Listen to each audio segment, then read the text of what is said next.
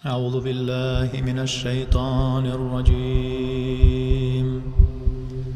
بسم الله الرحمن الرحيم.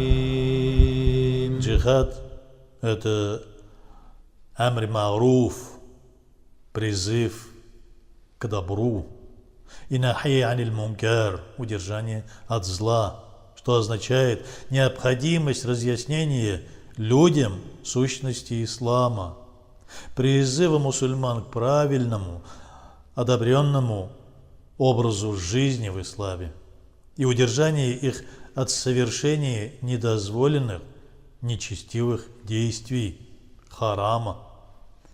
Ложь и истина противостоят друг другу в самых различных формах, поэтому и усердствовать на пути Аллаха необходимо везде и постоянно, вплоть до судного дня.